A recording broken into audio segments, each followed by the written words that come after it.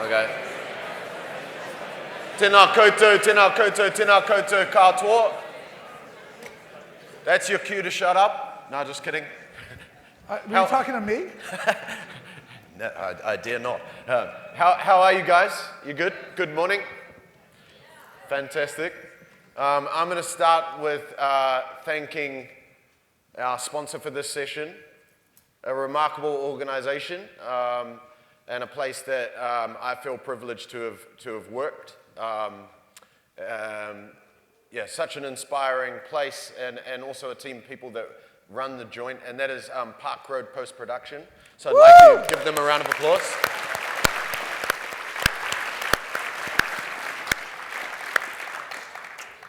Now, I feel pretty lucky to be here today to moderate this session with, frankly, one of the most successful and esteemed producers of all time, Jon Landau. Seriously, I mean.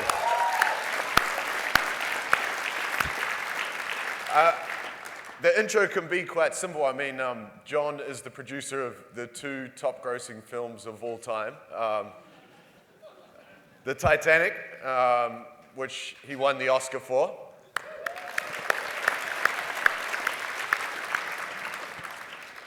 And also the amazing Avatar. Which we lost the Oscar for. I wasn't going to say it. But we got the vote that counted, which was the people's vote, so give me the choice, and that's what we'll take. Exactly, so. Any day of the week. So we're going to have a pretty informal chat today. At the end of the session, we will open it up for a Q&A opportunity. I went to Sebastian's fantastic session this morning, and yeah, it was a great laugh and really entertaining and insightful. I loved how organic that session was in terms of just leaving it open to the audience to participate as they like. But in the bigger space, it's a little bit tricky. So we'll just sort of ring fence that time at the end of the session.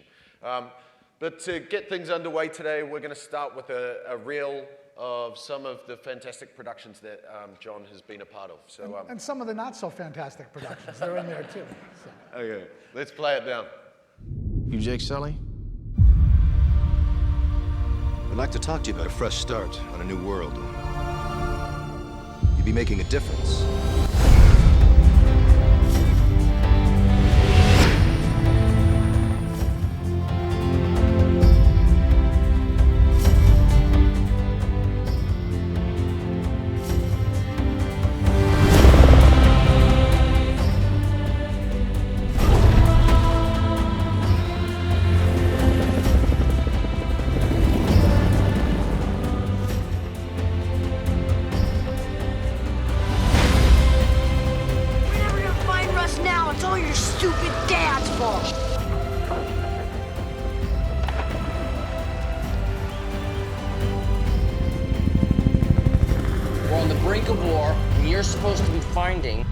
Diplomatic solution.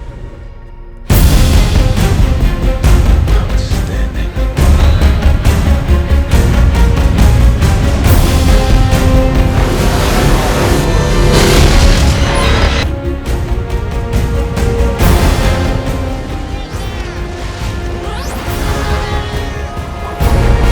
We knew this would happen. Everything changed. Jake, it's crazy here. Quaritch is rolling and there's no stopping him. We're going up against gunships with bows and arrows. Well, I guess we better stop him.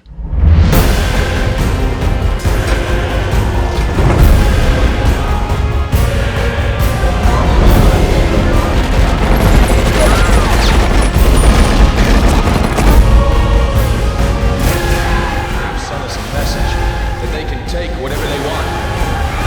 But we will send them a message that this is our land!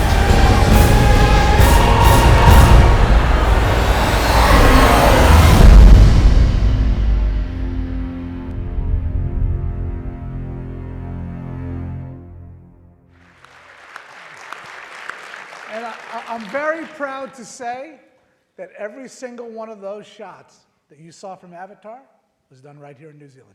Yeah. Nice.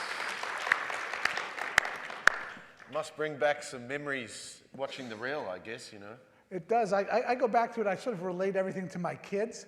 And I go, okay, my son Jamie was just born when I was doing Dick Tracy. Julie was pregnant when we were doing Honey, I Shrunk the Kids. And I track the films through my kids. But it's great. And some of those are a long time ago now. Absolutely, man. So tracking back to the beginning, how did it all start for you? How did you end up in the business? Well, I was fortunate enough to grow up around two parents who were producers. And they tried to convince me to do anything but go into the film business. They really pushed me and they said, go do something else, go do computers, go do this. But I felt a real passion for doing films. And they then, of course, supported that. But just growing up with them and watching them go through this balancing act of bringing innovation to the forms of entertainment they were doing, but always staying true to the story was an incredible learning experience for me that I don't think really dawned on me until I was an adult, looking back at what I was able to take in from them. My parents started out in television in the 1950s, and when television was awash with pretty much what we are awash with today in television, which is reality shows and news shows. And my father had the idea of bringing long-form theater to the television screen. Right. They did a series called The Play of the Weeks, where they took great plays and put them up on the screen. And out of that, Eugene O'Neill said, hey, we loved what you did with The Iceman Cometh. Why don't you do another one of ours as a movie? And Long Day's Journey into Night with Katharine Hepburn and Jason Robards was the first feature film they ever did. And I mentioned to you yesterday that my mother today kids me that the budget of one of my movies is more than the budget of all 36 of their movies. And then I'm forced to respond that so is the box office. So, but. Awesome. So did you go to film school? I don't know if I should say this. I went to film school, and I was probably the worst student in the school at the time. I mean, I had other interests outside of school. I mean, college for me was an incredible maturation process over 5 years. Yes, that's how long it took me to matriculate through the process. And several years ago, the dean of USC Film School, where I went to school, Elizabeth Daly, who I've been a part of the school since and helped them out, she said to me, John, we would like to honor you with a Mary Pickford Distinguished Alumni Award. And I called her up and said, Dean, I'm very flattered, but have you looked at my transcript? Because I really wanted them to understand who they were giving it to. Sure. But again, I think that what was great for me about going to a school like USC for film was that it wasn't just a trade school. It wasn't just about the technical side of filmmaking. It was exposing me to literature classes, history classes, psychology classes, because again, that's what we do as filmmakers. We're telling stories, and if we don't have an understanding of that, we're not going to be successful. So I think, again, I got a much broader thing than just the film school part out of USC. Sure. And then what? And then I got offered a job to work on a movie of the week called Max and Sam. Max and Sam was Dick Van Dyke and Sid Caesar when they were both already in their 80s or something like that. And I was so excited, though, because I was going to be a set PA on this movie, filming in New York. And I went back from Los Angeles back to New York and started working. First day on the set, the first assistant director says, okay, go 5 blocks away and block traffic. And that's where I spent the next 6 weeks. I never saw a shot on the set. And when the production was over, I was asked to stay and do help with some filing in the accounting office. And I had no interest in accounting. I had no interest in filing, but I said yes. Sure. And you want to know what? I learned more in those 2 weeks of filing because I read everything I filed. And I don't know that I was supposed to, but I read everything. And that was a great learning experience. And I also think it was a great lesson for me that learning opportunities come in the least likeliest of places. Sure. Fantastic, man. And so you basically just worked your way up the ranks from gopher or runner. Gopher, runner. I was then offered I went on to a show as an assistant to a producer, right. A breakdancing movie called Beat Street. Yeah. And through a series, no, I do not breakdance, and no, I will not. But and through a series of circumstances, the producer who I was working for, his parents fell sick, right. and he had to leave the show. So I was suddenly there, left with a lot of those responsibilities. They brought someone else in, but I knew where all the bodies were buried, per se, and I got more and more involved. And finally, they came to me and said, John, we have a very tight delivery schedule. The person who was supposed to supervise post-production, can't do it. Would you stay on and supervise post-production? I was 24 years old at the time. I didn't know anything about post-production. I said, okay. And somehow we managed to get through it. And I learned a great lesson in post-production, which was the music supervisor came to me and said, John, we're not going to make our delivery date in order to premiere at the Cannes Film Festival, which the movie was supposed to do. I knew exactly what to do. I said, come on, let's go tell the producer. So Tom and I walked into David Picker, who was the producer's office, and said, David, Tom tells me we're not going to make our delivery date. Now, David didn't get upset. He looked at me and said, John, I paid the two of you to figure out how it can get done, not that it can't get done. And he got up and he walked out. And you know what? We found a way to get it done. And I've always thought about that. I've thought about that as we've been doing other movies. As we were there, building a whole studio for Titanic in Rosarito, Mexico. And people were saying, it can't get done. We're not going to make it. We're not going to make it. And I thought to myself, you know what? Going back to what David said, we're going to find a way to get it done. And this was before the days of Amazon. And I went out to a bookstore. And I bought like 20 some odd books for all of our department heads. And I inscribed each one of those books personally to someone. And in it I wrote, I know we can, I know we can. And the book was The Little Engine That Could. And you know what? We did.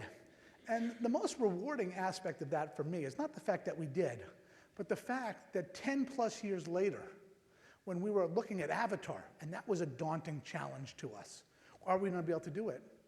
One of the crew members who was on both movies came in and handed me the book that I had given them 10 years before. Awesome, man. Awesome. And I guess the other key sort of part of that equation is making sure that those people that you are working with are the right people. That's right. The way I look at every movie, I look at every movie as a startup company. We're starting from scratch. And our responsibilities as a producer goes from our business plan. And you know what our business plan is? Our business plan is the script. So it goes from the script all the way through the home entertainment release. And we have to bring on a team of people who are right for that project. And not the same people who are necessarily right for Titanic or right for Avatar or right for True Lies or right for these other movies. So you have to put together these people, and you then have to convey to them the vision of the movie so that you have a common vision, so that you're all working together with a goal in mind. And what I try and do as we're going through the films, nobody cares where a bad idea or a good idea comes from. So we try to enlist support of ideas from everybody that we possibly can. And we try and make them feel a part of the process. And when we start getting shots back from Weta Digital, and they're showing us what it's going to look like, I bring the crew in. I let them see that before other people, because they're a part of that process. And for them to understand it, I think that's very important. And we're very fortunate. We have a handful of our key people who, as we move into the sequels, have been with us since 2005. And these are freelance people who could go on to other jobs, but we've kept them engaged, and we've sort of created maybe dysfunctional, but a family out of it. Absolutely. And what kind of producer are you? I mean, there are all kinds of producers, and then there's also the interpretation of everyone else of what a producer is, which often can be askew. But there are producers with different strengths. How would you describe what you bring to the process? I think that first thing I bring to the process is I think I'm aware of my limitations, and really try and find people who are better at doing their jobs than I could ever be at possibly doing them. I try to be a very hands-on producer. Again, I'm involved from everything, as I mentioned, from the script to the casting, to sitting with James Horner when Jim Cameron's too busy editing, to work with him on the music, to the marketing campaigns with the studio, to now we've taken over what we call franchise development, because normally studios worry about that, but with coming ahead with 3 sequels, we didn't want a studio where they have 20 movies to worry about in 1 year. We wanted to approach it, we have one brand that we have to worry about for 20 years, and it's a different philosophy. So I'm involved in all of those things. And I think, though, the thing that I try to bring most to the table is that I'm accessible to people. Sure. That it's not about the technology, it's about the people behind the technology. And whether I'm standing up here today or lucky enough to be up on stage receiving an Oscar, I'm standing on the shoulders of hundreds, if not thousands, of other people. And I want to have that relationship with everybody on the crew. Absolutely. And what about your relationship with director? Well, I mean, guess starting with Jim Cameron, who you've worked with for a long time now. Tell us a little bit about that relationship and how it evolved. I've now been with Jim longer than he's been with his 5 wives combined.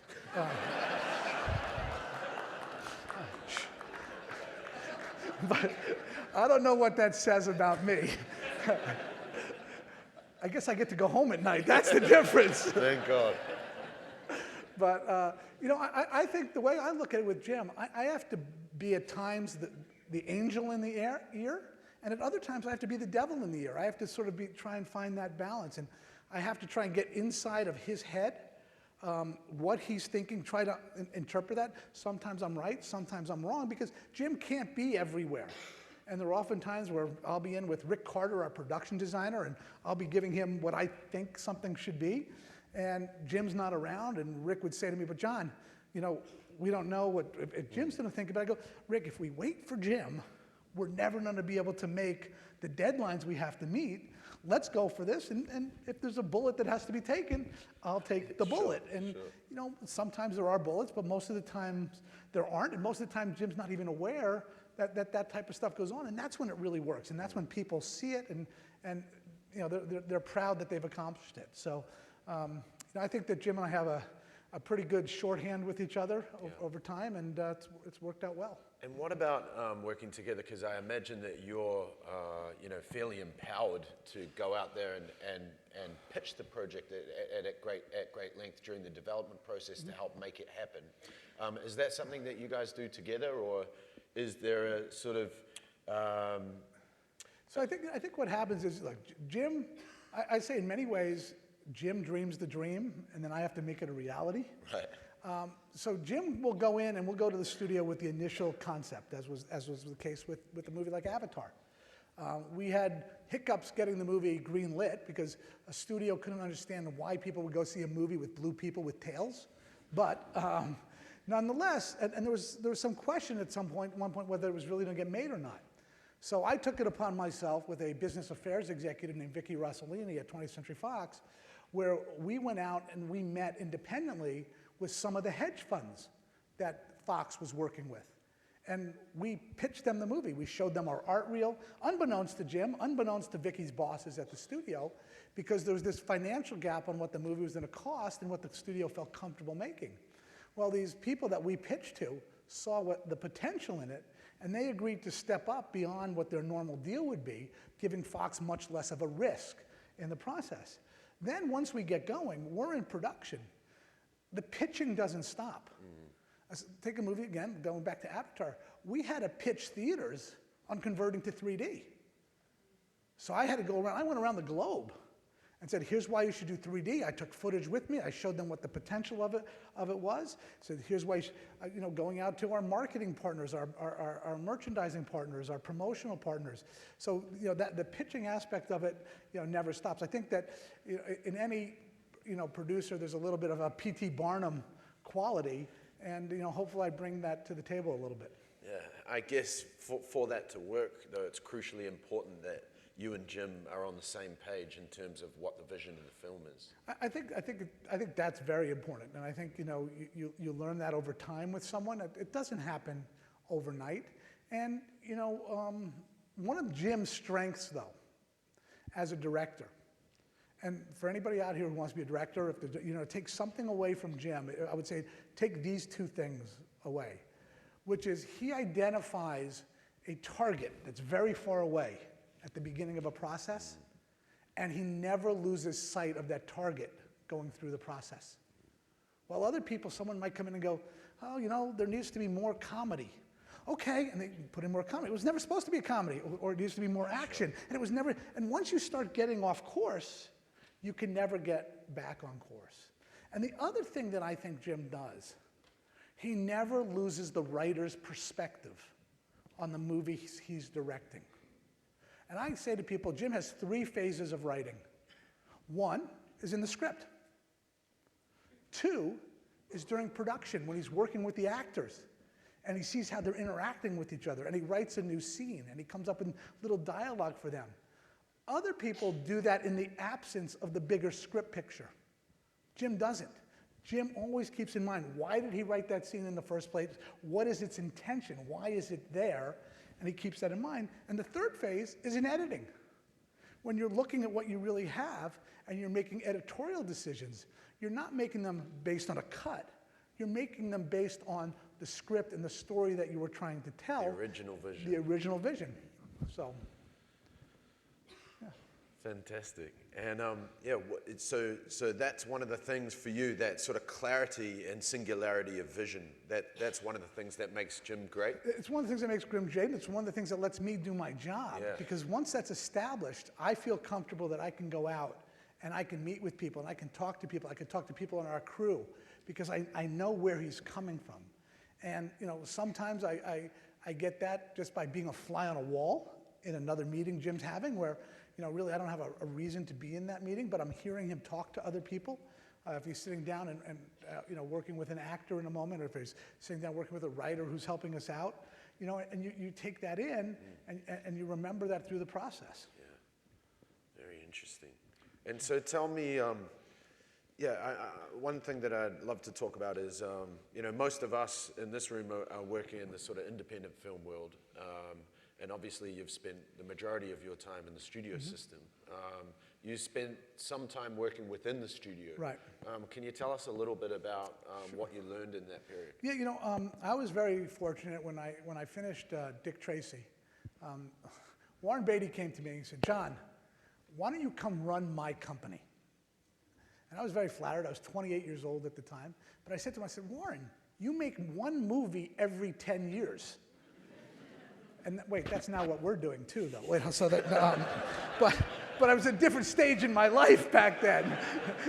and then this opportunity came to go into 20th Century Fox and work at a studio. And I took that as a learning opportunity. I wanted to go see how a studio ran from the inside and not from the outside, so that later, when I left the studio, I would be better equipped to deal with the studio. Many people go to a studio job, and that's sort of where they retire. I didn't want to do it. I wanted to use it as a stepping stone to somewhere else. And the analogy that I make is that a studio for the types of movies that I'm involved with is the equivalent to an independent movie going for financing. That's how we utilize them. And by going on the inside, I'm able to better understand and have learned, what are they looking at when they're making these decisions? Because no one movie on paper makes sense to make. I don't care what it is. You do the math and some banker will come in and tell you your return on investment is not worth it for the risk you're taking. So you've got to ultimately make a gut decision. And what helps those studios to make those gut decisions? How can you present a plan to them that they feel comfortable with, that they're not worried about it? So, you know, on Avatar, we didn't just rush into it and say, hey, let us go make this movie. We went to them and said, okay, studio, support us for 1 year while we do R&D, and we will show you a prototype of what the movie can look like. Because they weren't going to just say yes before we knew how we were going to do it or what it would look like. And they supported that, and they let us go through that process. And I think, again, that was an insight that I gained having been at the studio. And interesting, when you were sort of putting Avatar together, something that always occurred to me was, you know, not really any big movie stars involved. How did that process play out? Well, if you look back, you know, at even Titanic, Leo had not even come out in Romeo and Juliet yet. Kate, if known for anything, was Corset Kate from movies like Sense and Sensibility. And I think, and you know, we talked a little bit about this yesterday, that when you are doing a movie where you are trying to immerse people into a world that you are creating, whether it's a world of Avatar, whether it's a historic world of Titanic, you need to find actors who are chameleons. And when you're watching a 1912 movie, it would be tough, and I love him in other movies, to see Vin Diesel on Titanic. You know, and likewise, as we're going and we're casting Jake, we wanted Jake to be everyman. And the idea of him being an unknown and you're not seeing somebody else was important. Now, when you do a movie like True Lies, and it's a contemporary movie, part of the fun of that type of movie is seeing an Arnold Schwarzenegger play that character. Sure. So I think there's a distinction between when you're doing movies where you're creating their own worlds, you don't want to bring elements that just bring people back to the world we're in. And when you're doing a movie that's in our world, you have a lot more flexibility. Sure. Now, and by the way, the studio wasn't so convinced on either of those movies. They had their other ideas. But I guess you had the sort of, it would be a very different process going in with yourself and Jim Cameron, you know, pitching, going, oh no, we're going to go for an unknown. It is different, but the studio still, you know, their instinct is to say they have to report up a chain to people that, wow, we spent this much money on the movie, but we had Tom Cruise in it, but we had Will Smith in it, but we had, you know, one of these other people in it. And we're saying, no, you have to feel these characters. Who's the best actor? And I will tell you, on both of those movies, particularly for the role of Rose, and then both for Jake and Neytiri, we did old-fashioned screen tests, where we went in, we created a set, we went and filmed, you know, dialogue scenes playing off it, and really sort of looked in the old-fashioned way to see who gave us the best performance. And some people, you know, in the list, particularly relating to Avatar, where people, the studio said, we want you to consider these people. And we said, okay, we'll do a screen test. And we put the screen tests up side by side. And not that any of the other actors weren't good actors, but the one who embodied the role the way we saw the movie the most was Sam Worthington. And I think once we were able to show that to the studio, they bought into it. Brilliant. Yeah, I'm interested, we should, what was the topic of our conversation here again? Where to from here? Well, tomorrow I go to Wellington, and I'm interested in your view on the current climate, I guess. You know, what are your concerns, I guess, about the current sort of studio system, what audiences want, how we sort of maintain the industry as a sustainable business, whether we can? What are the things that worry you? Well, there are a couple times where I've done presentations in the past where I've started the presentations and I've read 3 quotes from different publications, news publications, that talk about the demise of the film industry, that talk about how you can get the same thing at home for a cut rate price, all of these different things. And then I reveal it was from 1956, 1978, and 1984, those quotes. The film industry is here to stay. It is natural for humans to seek out the communal experience. The more we're driving stuff to our individual devices, that's great, but it doesn't solve that quest for that sharing that community has. Just like in the music industry, there's something different about going to a concert than there is listening to it on your iPad. And I think the movies are, to the medium that we put up on the screen, the equivalent of that concert. It's a different experience. Now, to do that, we have an obligation as an industry that goes beyond just the filmmakers. It goes to the theaters and making sure the theaters are putting in environments that are justifying people getting out of their homes and spending more money to go to it. That the seats are comfortable, that the screen image is of a high quality, that the sound is unsurpassed by any home system they could get. That outside in the theater, that you feel that you're going to someplace special, that it's a unique experience. And that's one of the things we've been trying to work with companies like Christie's on the projection side and laser projection. That's going to give us a much greater, higher dynamic range, much blacker blacks, much higher light levels up on the screen. And Dolby in the States is coming out now with their own theater systems where they have walls. As you walk into the theater, it's a display wall. And it's starting to bring you into the world of that movie just by whatever the images are up on the screen. And you have total control of it, but it changes that experience. And you feel like you're, for the astronomical amount of money you have to spend to go out these days, that you're getting more bang for your buck than you have in the past. And so I think it's rallying people around those experiences. I also think that, you know, digital technology has unlocked the door where anything is possible. That from a story standpoint, we can really now do anything we want to do. I think where we have to be careful is not to let technology lead, but let technology follow story. It's too often times where people fail, they've identified a technology, they create a story that they think is going to be benefited by that technology, but if the story's not there, it doesn't matter. So the way we try and approach our films is we think that our stories can be the impetus that drive technology and drive innovation. I think it's great today that almost any digital device that any of us have in our pockets right now, you can make a movie on. And I think that's very exciting, but we can't get lost in who are we making the movies for. And you know, we're not making the movies for us individually. We're making the movies to speak to a crowded room.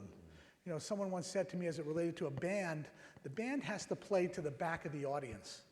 Because that back of the audience is then going to move forward and you get bigger and bigger audiences. I think the same thing is with films. And it's not great just, oh, look at this little movie I made. Who did you make it for? What is the intent of the movie? And when people ask me, what types of movies do you want to make? My answer is, we want to make movies that have themes that are bigger than their genre. Because the plot is something you leave at the theater. The theme is what you walk away from the theater with. And I think that applies to any project anybody might be working on. Too often times I've seen in film schools where they talk about a writing program. What's the story? What's the plot? I want to ask the question, what is it about? What do you think your movie is about? What do you want people to feel when they finish reading your script? What do you want them to feel when they're walking out of the theater? That's how we approach it. Awesome. And what is it for you, John, that keeps you fired up, you know? What keeps me fired up is the audience. I saw years ago a one-woman play that Lily Tomlin was in. And she played a bag lady in this play. And she was going around pushing a shopping cart. And her staple in life was a can of Campbell's soup. And that's what she lived by. And then one day she walked by an art gallery and there was Andy Warhol's painting of the Campbell's soup. And she was very confused by this. And somebody walked by her and explained to her, what you have in your hand is art. I mean, is soup. What's there, that is art. And Lily Tomlin, at the end of the play, came out of character. And I paraphrase now. And she said, what she has learned on her journey is that she up on the stage is the soup, and the audience is the art. And that's how I really look at it. When we go to a premiere of one of our movies, I'm not watching the screen, I'm watching the audience. I've seen the movie already. Yeah. When we do a preview of one of our movies, it's the same thing. And that's where I get the most satisfaction from. The second most satisfaction I get is when I get to bring somebody by, the select few who are allowed to come visit our sets, and I get to share what we're doing on our sets. And that idea of walking someone on board Titanic and having them stand there with the Pacific Ocean behind us, or Honey, I Shrunk the Kids going into the giant trees. That's the stuff I love. And if you look at the movies that I've been lucky enough to be on, almost each one of those gives me that opportunity to go into another world and transport people when they walk onto a soundstage, when they come down to a location, and share that with them. Yeah, fantastic, man. Fantastic. All right. Can I visit? Wait, did you do that on Dark Horse? I mean, I was on... Yeah, not quite like that. A little bit different. Yeah. Awesome. And so, what's the next few years hold for you? You must be getting close to coming back to New Zealand. I'm back. What do you mean get to? No, we are doing 3 sequels to Avatar that we're going to be doing down here in Wellington at the Stone Street Studios, as long as they keep the space there for us. No, and we're very, and you know, we're coming back because we had a great experience. We had a great experience with the crew we worked with. We found them to be passionate about filmmaking still. We found them to be artists in each of their own disciplines. We found, you know, the facilities down here, you know, really in terms of places like Park Road Post, you know, unsurpassed. So we'll be down here doing post-production on the movies, and it was a great experience. So we look forward to coming back here with the next 3 movies. Fantastic, man. And yeah, I just want to dig a little bit further into that exploration of you know, the studio system. For again, for most of us, we haven't experienced that, and some of us would like to venture into that world. What do you think the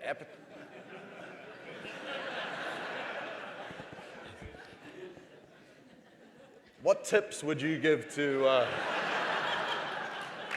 emerging producers who might like to explore that world, per se, hypothetically speaking? Don't wear necklaces.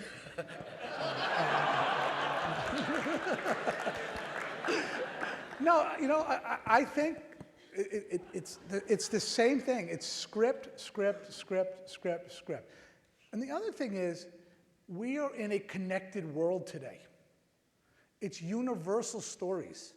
It's stories that can relate across international boundaries, across different, you know, language barriers. I think that doesn't mean you give up your culture. That doesn't mean it's not represented there. But organically, what are the themes of those movies that can relate? Because a studio can't get on board a movie anymore that's only going to work in 1 or 2 territories. Then it's not a studio movie. Then it's an independent movie that goes out there and says, okay, we're going to play for this territory, we're going to play for this territory. Studios have to get behind movies that can play internationally today. So, you know, as you're thinking about it, think about that as it relates to the script and those stories. What makes a story universal? And it's not the setting. It's not what each individual character is. It's not the culture that it's around. What makes it universal? Avatar. When Avatar was over, I was invited to go to Israel for my first time for something. And I was there, and I was approached one day by some Israelis who said to me, John, the Na'vis, they represent us, the Israelis. The next day, I met some Palestinians. John, the Na'vis, they represented us. So I think, you know, you could do it, and if you give people that entree into self-identification, and I think, you know, you go back and you look at the characters in our movies. Why was Titanic successful? In my mind, it was successful for an audience because Rose lost the love of her life in the frigid waters of the North Atlantic. But the movie showed that she went on to live a full and rich life. Now, I don't care whether you're in New Zealand or whether you're in South America or whether you're in China. That's something that's relatable. That we're all going to the movies. We all have bills at home. Some of us have doctors that have called us with bad news, kids getting into fights on playgrounds. But if Rose can go on to get out of that situation, there's hope for me in my situation. If you look at Avatar, you know, whether you want to make it specific to one character, I would say, you know, you take Jake as a character, he's the least likeliest of heroes who rises to become a hero. And it sort of says in some ways, there can be a hero inside of each one of us. And we can get out of our metaphorical wheelchairs and make a difference.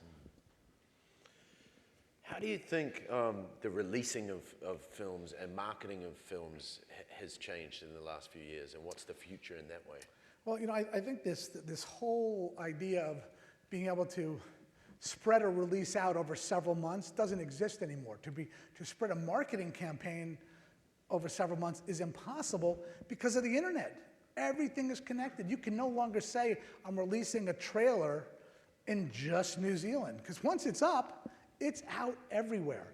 So I think that changes how you approach things, and sometimes it changes the content you create. Because in the past, you would create specialized content for certain marketplaces that were key marketplaces, and now you have to come up with a more universal campaign. But I think what the internet also does is it gives you great opportunities to expand the world of your movies and engage fans in a different way and to bring them into that. I think that you're seeing it now that wherever possible, people are really trying to go day and date. Yeah. That doesn't mean that you sit there and go, okay, I know it's Golden Week in Japan, and I have to push it and slide it. You make those adjustments, but you have to take that in mind, in your strategy. And I think, again, that makes it also difficult for independent filmmakers, where they could go in the past and, easily, or not so easily, but, hopefully create a pre-sale in one territory and then go pre-sell another territory. Well, what is the gap in those release dates? And how much information is going to be out? Does that first date, territory that you sold it to need to come out in home entertainment? And once it's out in home entertainment, how do you put Genie back in the bottle, for these other territories? So I think that makes it a little bit trickier, but I think they're also, to complement that, there's so many other avenues of distribution now for independent filmmakers to try and seek other ways to distribute and release their films. And as you said, I guess, like, for independents, the online world, there are no boundaries to that. So, creating a little spike of awareness in Israel, for example, that's still accessible here in New Zealand. So it's, it makes sense to combine all of that, combine those resources. I think you have to combine them all, and you have to take a global sales approach, to anything you're doing. I think that, but again, where you're creative and how do you create that viral buzz? Whether you're doing it off of movies like the Blair Witch Project, which are small movies, but they get out there and people are talking about our paranormal activity. I'm picking horror films, but it's not just like that. And again, it's interesting. When I go back and I think about movies that are steeped in a country's culture, but still break out for other acclaim. I was thinking about The King's Speech. Right. That is as English-based as possible, yet it found a universal marketplace because of the dynamics that movie created within its story. So it was still being true to who they were, but finding a way to... But also very universally accessible. And yeah, fantastic. All right, I'm going to open it up to you, fellas. And ladies. Oh, no, it's not gender-specific, that term. Yeah. Well, I quickly learned that when I first came to New Zealand, and we use this term differently in the States than people use it here. Right. People would say, well, let me check with my partner. Right. And partner means something different in the States than it means here, and it took us a while to figure that out. Sure. Go ahead. There are some microphones He as can well. shout it out. Yeah, you can shout, yeah. I wanted to ask about Solaris, which hasn't come up yet, which I think is one of Soderbergh's masterpieces. And It was in the reel. but you haven't spoken about it. Right. I'm just wondering how you feel about the opportunities for films like that in the future, and how you feel about how that film was received relative to its considerable merits. We made a big mistake in releasing that movie. In North America, we tried to release it on the holiday weekend of Thanksgiving. That is anything but a Thanksgiving movie. It's the type of movie that we should have taken a step back and said, hold on, let's release it, in September. Let it grow. Let's release it in February. Let it build. Find its own little audience. Likewise, we probably should have produced that movie for 2/3 of what we spent to do it. So I think that was a learning thing. And you talk about relationships with the studio, and I talked about how we should have been the ones if the studio didn't see it.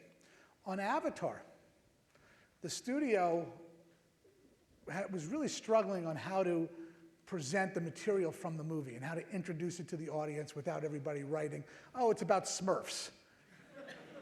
So Jim and I came up with the idea of doing something we called Avatar Day, because we thought it was very hard to sell the movie in 30 seconds, in a minute, or even a 2-minute trailer.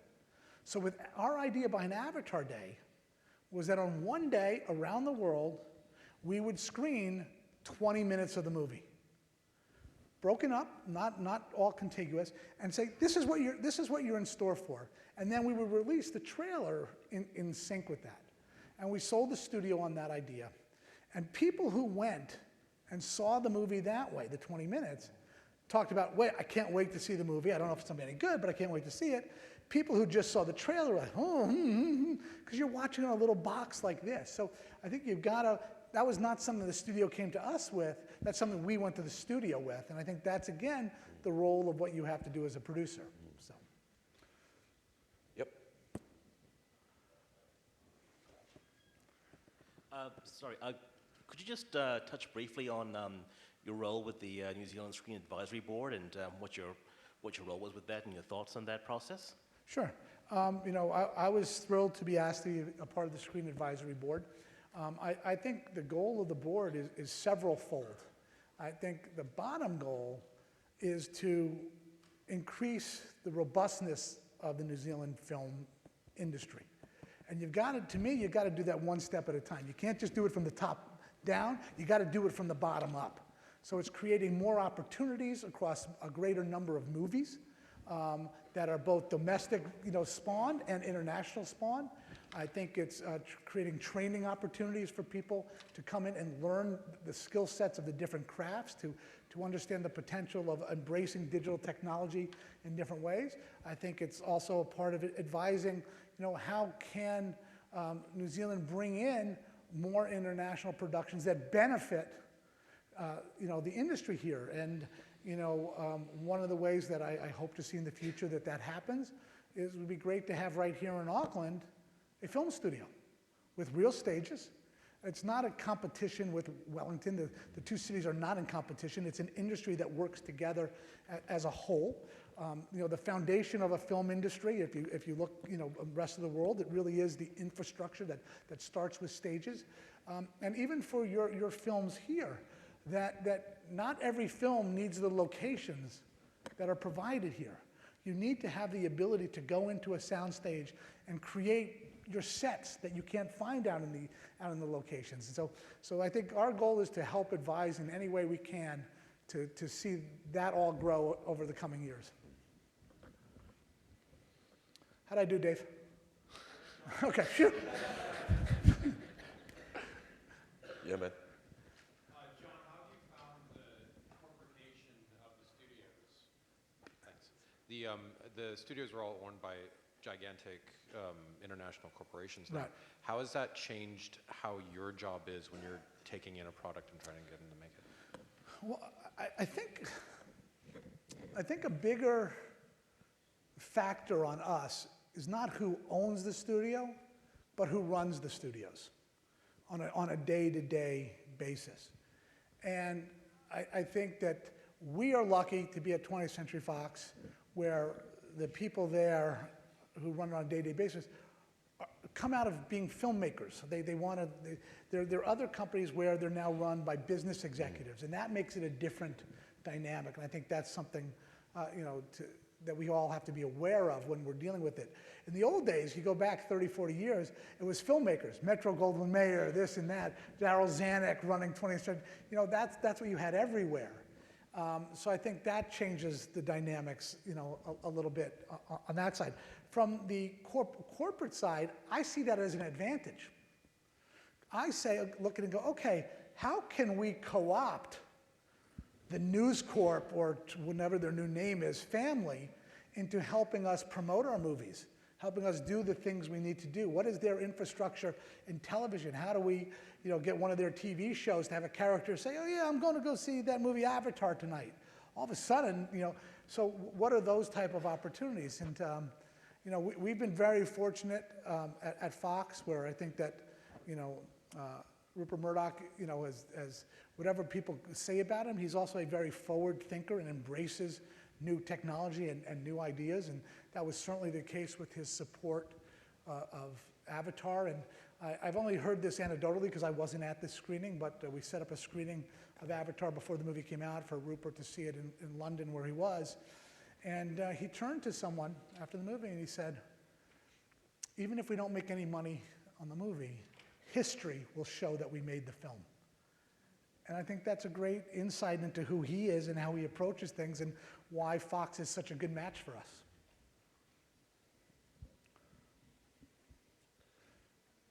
Anything else? Any other questions? We got two, so we'll.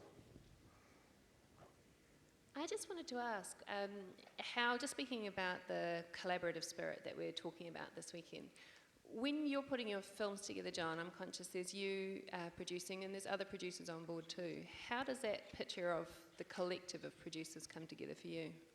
Well, the only other producer we really have as a producer on the films is Jim. So, the producing responsibility falls on me, and I don't think the collaboration question is just producer to producer. I think it's across the board. I think it's about your editor, it's about your cinematographer, it's about your costume designer. And I think those are the people that you have to collaborate with. And again, as I was talking about, making them feel a part of the process. And I think that's through personal interaction. I also think that for me, a relationship with a crew member cannot be limited to work. It's the wrong dynamic for what we do. I want it to be about their family. I want it to be about their hobbies. I want it to be about these other things. And when you do that, the collaboration comes easy because you're used to just being with each other. You're used to just hanging out with each other. You're used to just talking, with each other. So, I'm lucky enough. I have a home down in the Florida Keys, where I can't tell you how many different people from the crew come down and spend a weekend with us. I even had Richard Taylor from Weta come down. But to me, it's that interaction and the type of things that I like to do. As an example, when a big movie is opening on a Friday afternoon, I go out and I buy a couple hundred tickets to a theater, and we all play hooky. We all leave at 2 o'clock and we go see the movie sort of the way it's supposed to be seen with an audience, not a Hollywood audience, but the public audience. And it's throughout of those things that you build up, that sense of camaraderie, which then leads to an ease of collaboration. And again, I go back to, nobody cares where a good idea comes from. Now, I learned that because Jim Cameron takes credit for all of my ideas, so nobody cares.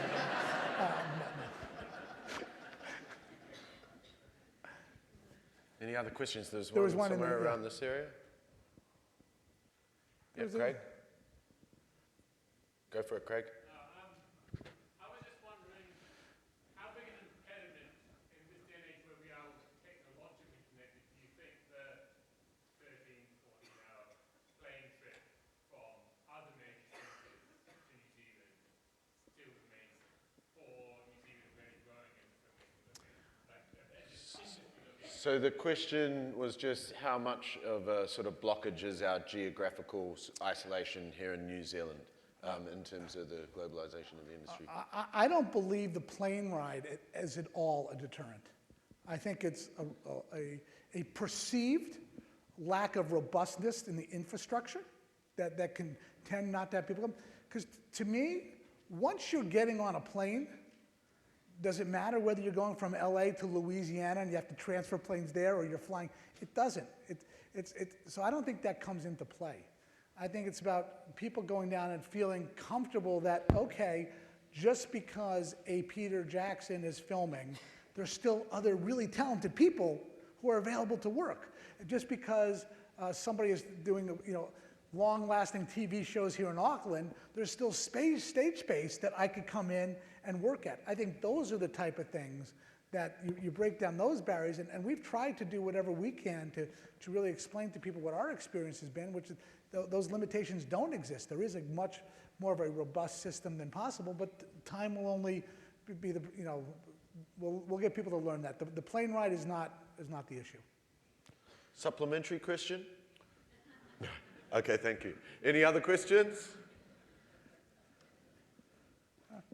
Well, one in the back, there you go. I would normally ask a second question, but nobody's asking. Well, there was one more in the back, There's so we'll one let up him the go back first, there, then we'll come back. Sounds good. If you were starting your future career now, where would you look to for financing? I don't think there's any one answer to that question. I think, what is the project? If I'm doing a project like Avatar, I don't have a choice but to go to a studio. If I'm doing a project more like Solaris, I have then other options to figure out how to approach it.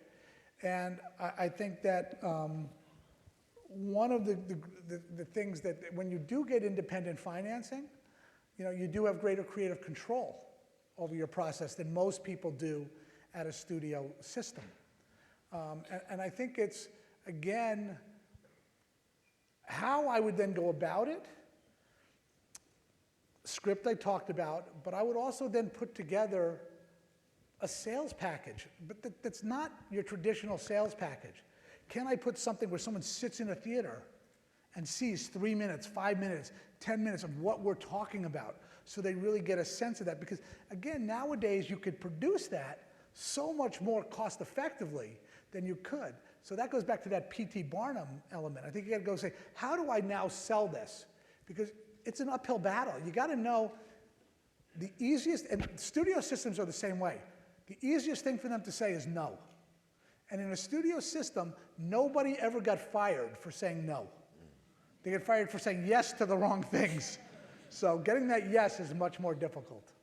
But circling back, did you have a? Yeah, I was born at a studio in the 90s when Vancouver became a thing. Oh, I'm so sorry.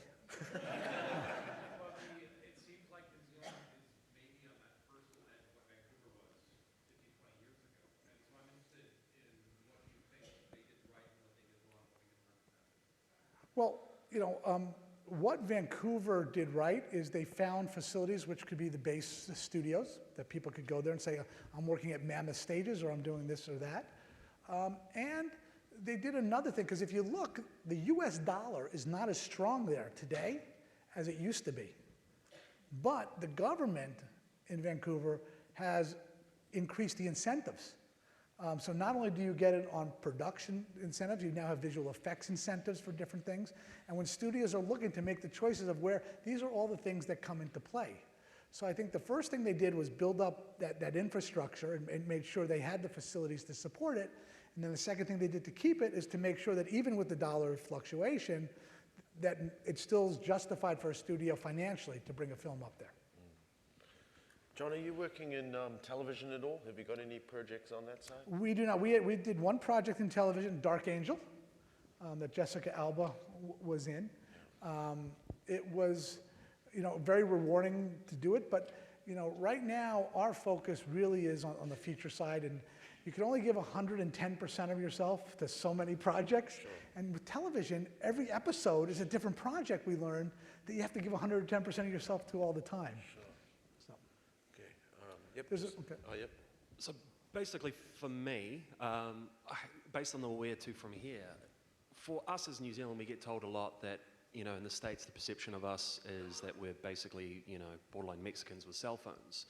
Is the setting up of you're all what? I didn't that we're a borderline Mexican with cell phones. That's what a lot of perception is in the States of New Zealand. I do not know who you are hanging out with, but get away from those people. Just so you know, that is not the perception at all from anybody I've spoken to, particularly in the industry. But go ahead. Well, also based on the fact that a lot of productions are coming over here now where they're bringing in their own directors and everyone from overseas rather than trusting on New Zealand talent. Is the setting up of facilities and all that sort of stuff a way that you think that overseas markets will take us a little bit more seriously? Well, number one, I think people trusted Peter Jackson. So, wow, no, I'm just saying that there are people, yes, but I think building up the infrastructure and people coming down here and experiencing it and seeing something that was shot by a second unit director here, because they didn't bring down the second unit director. They go, okay, wow, look what they were able to do. Look how efficiently they were, look what creatively they were able to do. That's where you spawn it. I also think, again, some of these other programs that I know are now existing where, films that are made here that are more local films, even if they don't get a release in the States, there are screening opportunities for people. I went to one for Deadlands in the States where people got to go see that, and the industry, people saw it, had a great respect for the filmmaking behind that. So I think it's taking those opportunities and opening people's eyes. Look, Avatar, the movie, opens and closes with the same image, Jake opening his eyes. And I think, as an industry, the film community here has to find a way to get people to open their eyes, and then they'll make the choices. And I believe if their eyes are open, they will see the potential. So, thank you. Question?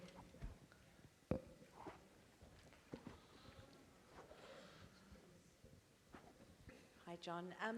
I guess aside from a well-crafted story and a strong vision, what are the qualities that you look for in the directors that you work with? First of all, the first quality I want in a director that I work with is someone that I want to hang out with. Someone who is articulate, and I think this is true with anything. In our industry, everybody needs to have an opinion, but you can't just have an opinion if you cannot articulate the reasoning behind the opinion. I think they have to have a very strong point of view. I don't want someone coming in and going, oh, well, we'll do it any way you want to do it. It's like, no, what is your point of view? What are you going to be doing when you're out there on the set? How are you going to be thinking about this movie and bringing that sensibility to it? And it's not a sensibility maybe that they've had on past movies, because I think what directors do is they say, okay, this movie I'm making this up as a broad comedy. It doesn't mean that's all they could do, or Jim Cameron would never do Titanic. If you say, oh, Jim's only done action movies. So it's, what is your point of view, and what are you bringing to the table for this particular movie? And then, how passionate are they? I think passion, gets you over so many things, and in all your different crew positions. If someone's doing it because they want a 9-to-5 job, different thing. Especially with Jim. Jim tells people that if you've only worked a 12-hour day, you've run out of good ideas. So, we need people who are passionate and will stay in there for the long haul. I think we've got time for one more question. Hi, I just wanted to ask you, how do you prioritize with all the strands and threads and projects and sub-projects and everything? When it gets on top, how do you decide? I think one of the ways that I decide is, what can't I delegate? So where I can delegate, I try and delegate. I don't need to be a part of everything, but where can't I, suddenly those things become the priority for me. Even though something else might actually be more of a priority from a timing standpoint, if I could turn to a Richie Bainham and say, Richie, go deal with that, or I can say to a Bridget York, Bridget, go deal with that. They're gonna go do it. Suddenly it's not my priority. I got the other things to worry about. So it's sort of, someone once described the role that I play as a puppeteer, and then there's certain things you have to do yourself, and there are other things you get other people to do by just pulling little different strings. So I think it's that way. I want to thank everybody for coming, and I want to thank you for having the industry that you have down here that enabled us to make Avatar, and I look forward to coming back with the next 3 films. Thank you very much. Thank you very much, man. You're welcome, sir. Yeah, come on. Yeah, selfie. Wave. Awesome. Thank you very much, guys. Thank you, John. You're welcome.